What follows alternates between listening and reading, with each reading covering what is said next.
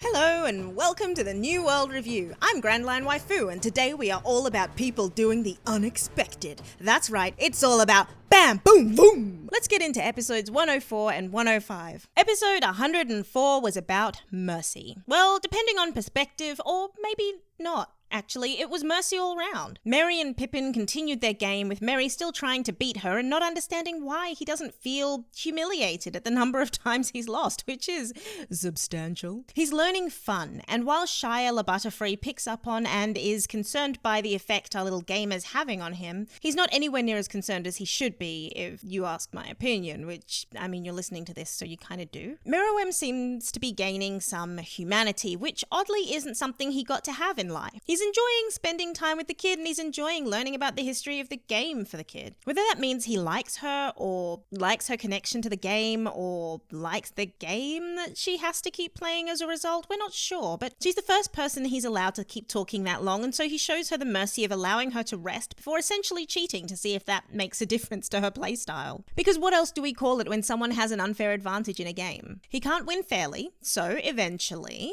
in theory, she'll fail because she'll get tired. This is a game of strategy, and up till now, he's been pretty good at beating his opponents, not just to be the best, but to learn how to think steps ahead of them. Up till now, his opponents have needed to be at their best to match him. She doesn't need this advantage, and he's played for days without food to get to this point. It's a phenomenal distraction, and it's now that I realize her color palette is very similar to Netero's. I have no idea if there is a connection, but I just want you to know it's something I've seen. You know, in case I'm foretelling something.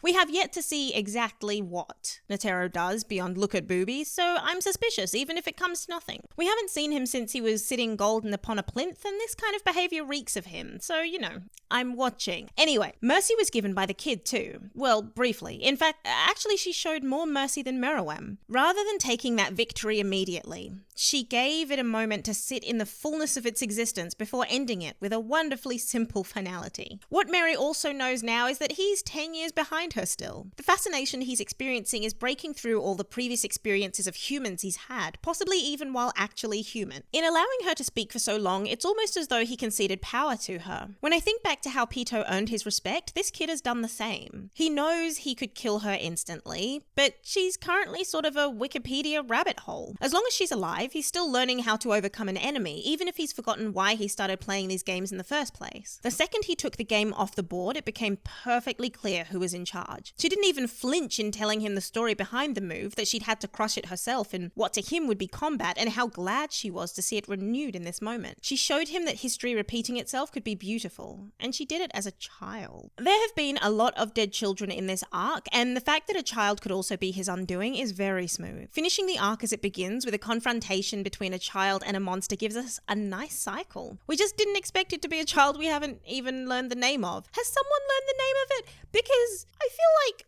I'm just behind. I don't know what I'm missing. Anyway, I do wonder whether Meruem will ever actually ask her name. There's a part of me wondering at what point he decides to offer her the privilege of humanity, or chimera antness, I guess. Humans only tend to offer names to those creatures we intend to care for, and the names tend to reflect the significance we place on them. She doesn't seem to be a pet to him, so why would she need a name? She's also not an equal, but a combatant, one he keeps losing to with dignity she offers back to him with every match. He's consumed with her mind.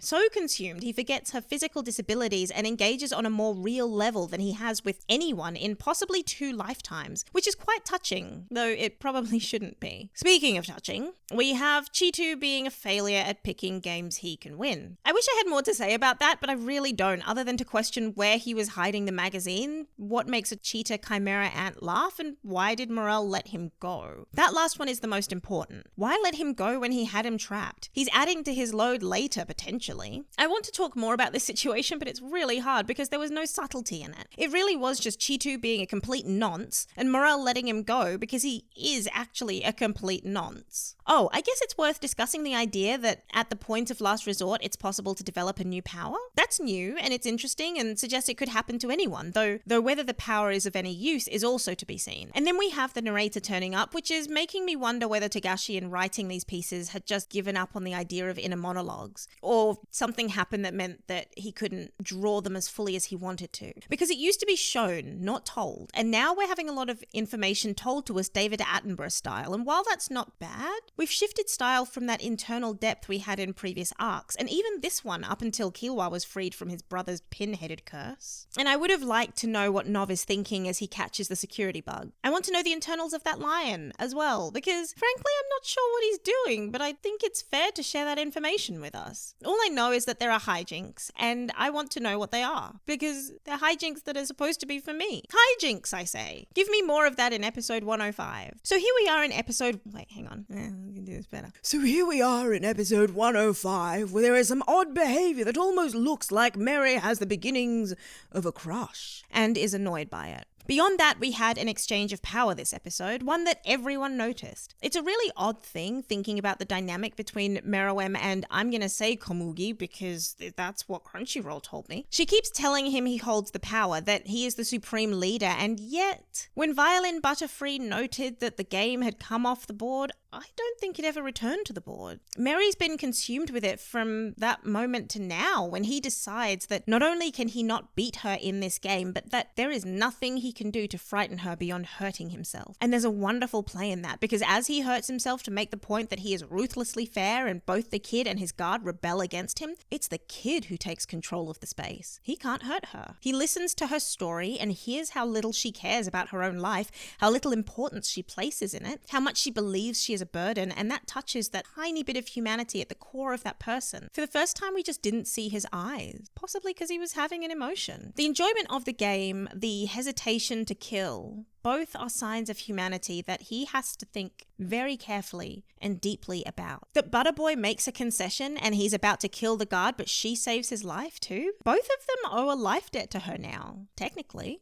And isn't that fun? And if it turns out that the kid uses Nen somehow and the conditions were that they need to owe a debt or lose at Gungi, or hell, even hear how useless she is to her family, they've heard all those things now. Ultimately, Mary's found someone who has so little to lose that he's not sure how to interact with her. How do you? A strong and powerful warrior whose primary tactic to this point has been his ability to hurt others physically, hurt someone who's not afraid of death. Not only doesn't fear it, but welcomes it if he doesn't get his way. Which introduces another question really, doesn't it? If he figures out how to beat her, she'll be left in a worse situation where she'll be begging for him to kill her. The question from there is whether or not he would, whether he'll deliberately lose, and whether, knowing the stakes for her now, if she would accept a loss if he faked it. They both know each other's movements now, and she's learned the way that he reacts and has shown that she can fight against it. As noted, the game moved away from the board. She very specifically put it back there into a situation that she could manage. She could control the board in a way that she couldn't control any other situation, and I wonder then how she would react if she could see. Whether she could manipulate the world the way that she manipulates that board. The mind of a strategist is a very powerful thing. Could she even live outside of the game world if he said he would hire her as a strategist?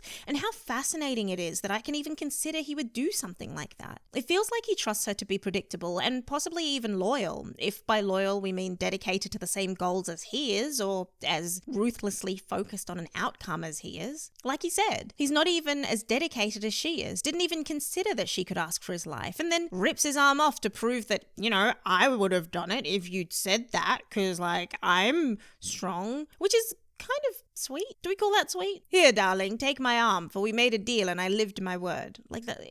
Do we class that as sweet? Or did he do it to frighten her? And if he did, and expected her to change her mind based on the stress involved, he didn't get that either, and that's even more disrupting. It seems like this kid knows his rhythm now, and now we know that there is tension in his healing that those on the outside know about, because of the amount of energy and time it takes to fix flesh. With 2 to 3 hours to recovery, who knows what's going to happen? We've been given a time frame, and psychologically, when you have a time frame, you begin to track it. You track that time, even loosely. You have something in relation to something else. So all these behaviors begin to seem simultaneous, and all of them gain a level of tension. And while these things go on inside, outside we have corporate guy Nov dressing as a freaking tree. This entire sequence was hugely tense, and with all the knowledge laid on us by the narrator, we know that something's gonna fall apart.